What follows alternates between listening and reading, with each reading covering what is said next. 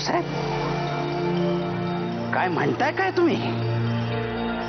या अनायराजेला काय येड लागले की काय हो? हे सरनोबताच्या इस्टेटीमध्ये मधूला हिस्सा द्यायचा प्रश्न येतेच कुठून? आणि त्याला गरज काय? त्याला काय कमी काय कशाची? मला तर वाटतंय मधू हे सगळं मुद्दामूच करायला गेलाय बघा. त्याला सवयच आहे लहानपणापासून. आधी हट्ट करायचा आणि मग ते हट्ट पुरा करायची एक बी संधी सोडायची नाही. तेव्हा तुमच्याकडनं हट्ट पुरून घेतले आणि आता अनायराजे त्याचे हट्ट पुरवायला लागले तर सगळंच संपेल की हो? आऊसाहेब मधूच्या असं वागण्याचा नक्कीच काहीतरी उद्देश आहे बघा. सरनोबतांच्या घरामध्ये भांडण लावून द्यायचा डाव दिसतोय त्याचा. मला त्याच्याशी बोलावं लागेल. हे सगळं थांबवावं लागेल. आऊसाहेब तुम्ही काहीतरी बोलाची. मधूच्या या विचित्र मागणीला फक्त तुम्हीच लगाम घालू शकता बघा. गुंडप्पा तुम्ही आमचं एक काम कराल का जी? हौदू आऊसाहेब, या बाबतीत कुठलं बी काम सांगा बघा, मी करायला तयार आहे.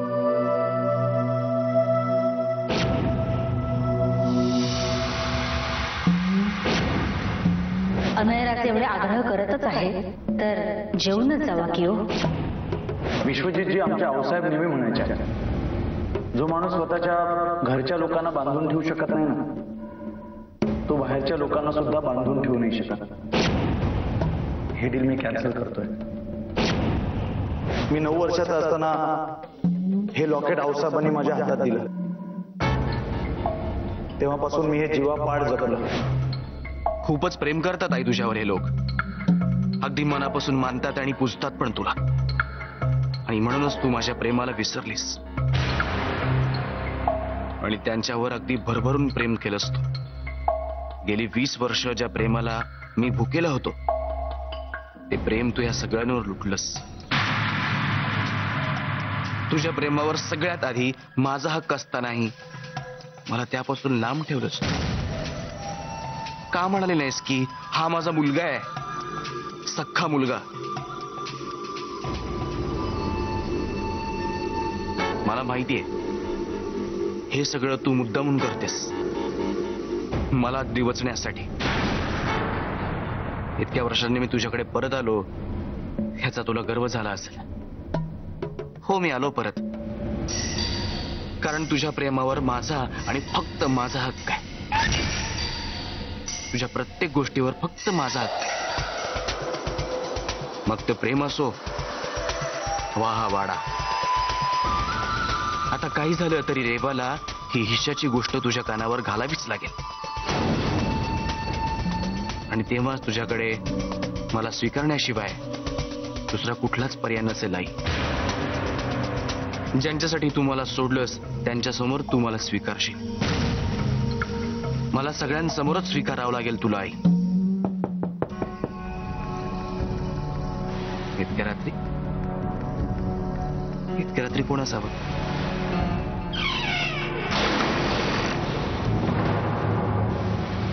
तुम्ही काय काम आहे? हौदू काम तर होतच की हो, पण माझं नाही, आऊसाहेबांचं होतं. तुम्हाला तुमच्या आईने आत्ताच्या आत्ता भेटायला बोलवलंय.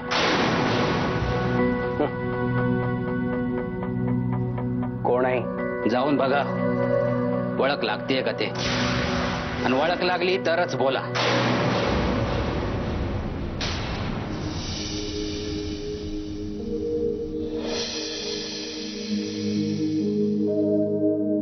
तुला अंगाई गाते ही आई, जो जोरी बाळा सुखा सुखी. आईची माया पांघरते मी, तुझ्या उशाशी स्वप्न नवी. जो जोरी बाळा जो जोरी बाळा जो.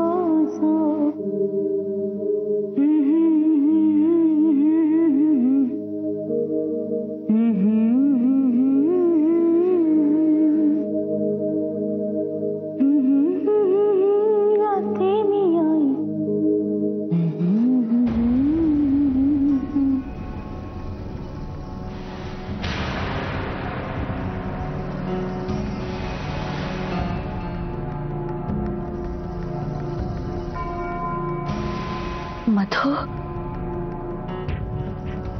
मधु मधु मधु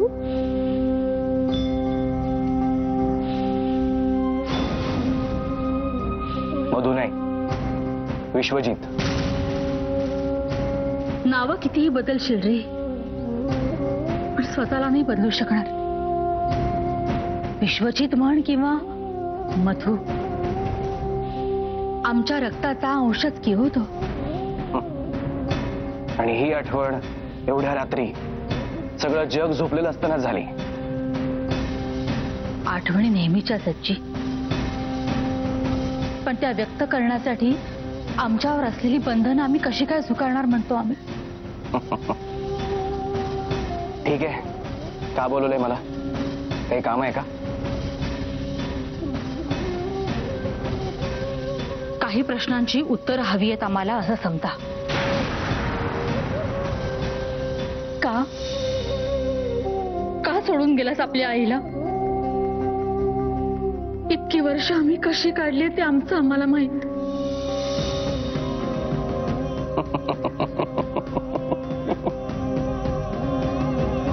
मग इतक्या वर्षांचा हिशोब मागायला बोलवलेस का आरोपीच्या पिंजऱ्यात उभं करायचंय मला? चोराच्या उलट्या बोंबा. देव रे मधु, अरे काय बोलतोयस तू? आम्ही काय काय सहन केलंय हे तुम्हाला नाही कळणार जी. हा राजवाडा, ही राजगादी, आऊसाहेब म्हणून मिरवणं फार सहन करावं लागलं नाही तुम्हाला? जाऊ द्या ना, आता काही बोलण्यात अर्थ नाहीये. तुम्हाला हवं ते सगळं मिळालंय ना? नाही, अजून एक गोष्ट बाकी आहे. मधु, एकदा आई म्हण. एकदा, फक्त एकदा.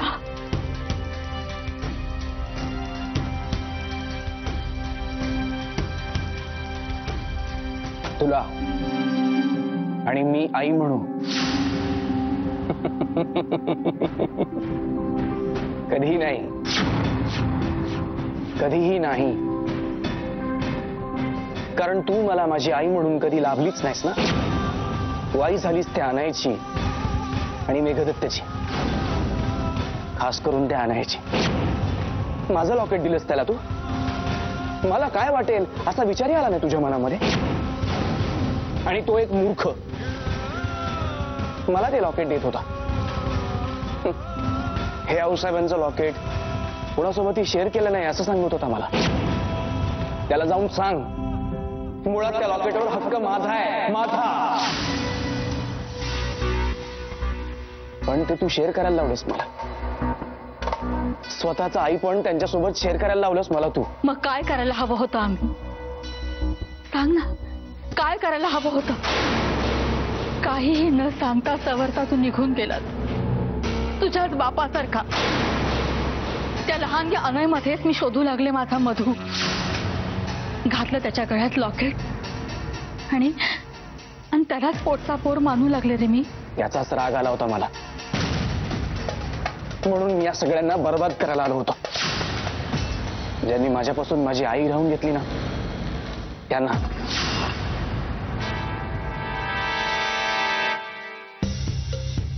पण हे तर आधीच बर्बाद झालेले, पैशांसाठी एकमेकांच्या उरावर बसलेले. मला जे हवं होतं ते तर आधीच मिळालं होतं मला. झालं ना, मग आता आणखीन का पुढे चाललायस तू? कर्णोपतांच्या प्रॉपर्टीमध्ये हिस्सा मागण्याचं कारणच काय मधू? बाळा, ते आपलं नाही, त्याच्यावर तुझा कुठलाही हक्क नाहीये म्हणतो आम्ही. अच्छा, म्हणजे हे खरं कारण आहे तर? मला वाटलं तुझ्यातल्या आईच्या मायाने मला साथ घातली आहे. पण इथे पुन्हा एकदा अनायक जिंकला. त्यांना त्रास होऊ नये म्हणून याचना करायला बोलवलंस मला इथे तू. वाह वाह, आज कुंतीसारखं मागणं मागणार आहेस माझ्याकडे तू. छान, खूप बरं वाटलं. तुझ्या मनात काय आहे हे तरी कळलं मला. कर्णाला सोडून देणारी आणि त्याच्याकडेच अर्जुनासाठी याचना करणारी कुंती तू होऊ शकतेस, पण दानशूर आणि वाटेल ते डोळे झाकून देणारा कर्ण मी नक्कीच नाही. मधू, अरे माझा जरा. मी विश्वजित आहे. विश्वजित. अर्जुनाचं मोठेपण हे कर्णामुळे होतं आऊसाहेब. कर्णाने मनाने निर्णय घेतले म्हणून तो हरला, पण मी नाही. मी मनाने निर्णय घेणार नाही, कारण मला हरणं आवडत नाही. एकदा आई हरून बसलोय, आता परत हरणं मला परवडणार नाही.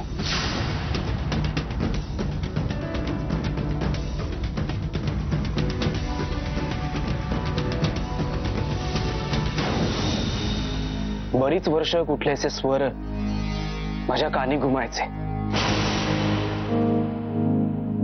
खूप अस्वस्थ करायचे मला. ते कसले होते हे आज कळलं मला. मी येण्याआधी तुझी अंगाई घात होतीस ना, त्याचे स्वर होते ते.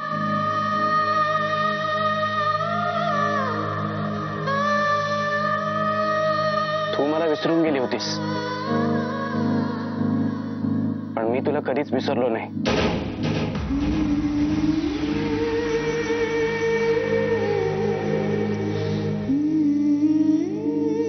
इतक्या वर्षांनी नंतर हे ऐकून खूप बरं वाटलं मला.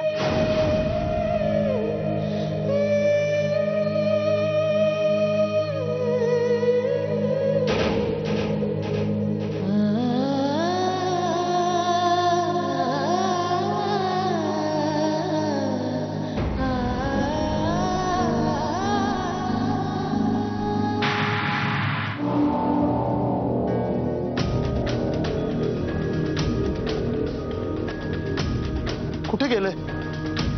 इथेच तर ठेवलं होतं.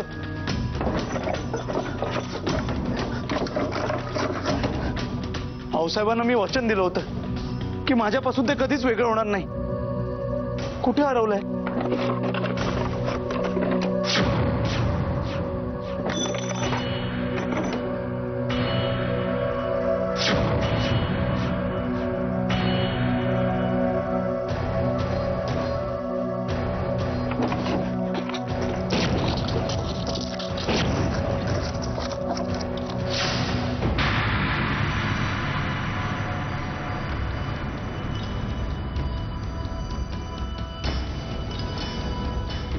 हेच शोधताय ना तुम्ही? हो,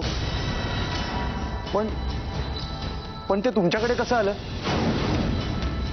मी तर ते इथे. काही गोष्टी जिथे असायला हव्या तिथेच असलेल्या बऱ्या असतात नाही?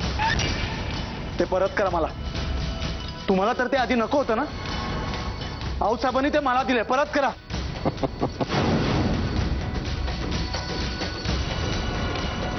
पण आता तुमच्याकडून काढून घेऊन आऊसाहेबांनी ते मला दिले, कारण या लॉकेटवर तुमच्यापेक्षा जास्त हक्क माझा आहे. नाही नाही, ते लॉकेट मला परत करा. आऊसाहेबांची निशाणी आहे ती. आणि जर त्यांनी माझ्याकडनं घेतलं नसेल तर तुम्हाला कसं देतील त्या? आणि मागून कधी गोष्टी मिळतात का? हा, मी घेतलंय ते.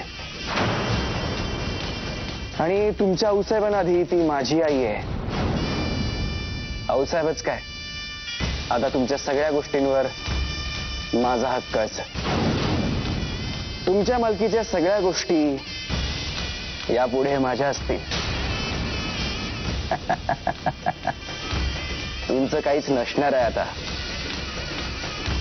तुमच्या आऊसाहेब पण तुम्हाला यापुढे भेटणार नाही का? नाही नाही. देवा, हवं काय बोलतोय? माझ्या मालकीच्या सगळ्या गोष्टींवर स्वतः हक्क सांगतोय. रेवा, रेवा ऐक. रेवा,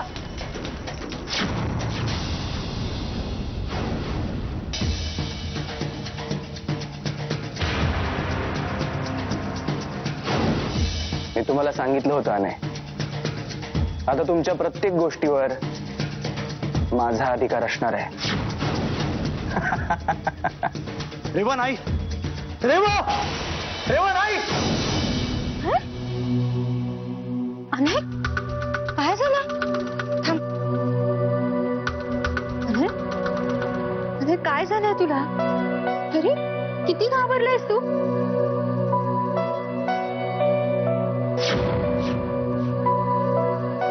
हे घे, पाणी पी थोडंस. घे.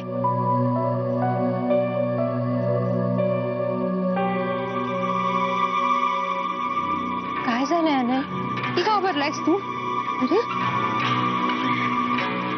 अनय, रेवा, मला कधीच सोडून जाऊ नकोस. तुम्ही कोणीच मला सोडून जाऊ नका. रेवा, मी नाही राहू शकणार. अनय, मी कधी जाणार तुला सोडून? हा, आमच्या सगळ्यांचं तुझ्यावर किती प्रेम आहे माहितीये ना तुला.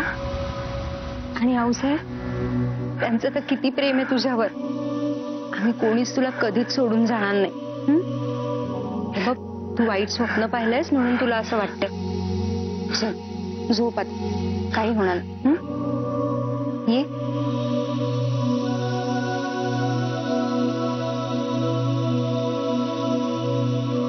मी आहे ना,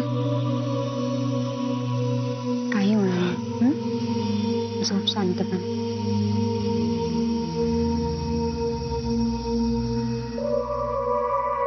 आऊसाहेबांच्या बाबतीत फारच हळवा आहे अनय. उद्या जेव्हा आऊसाहेब आणि अनय समोरासमोर येतील तेव्हा विश्वजितचा विषय कसा हँडल करतील कोण जाणे.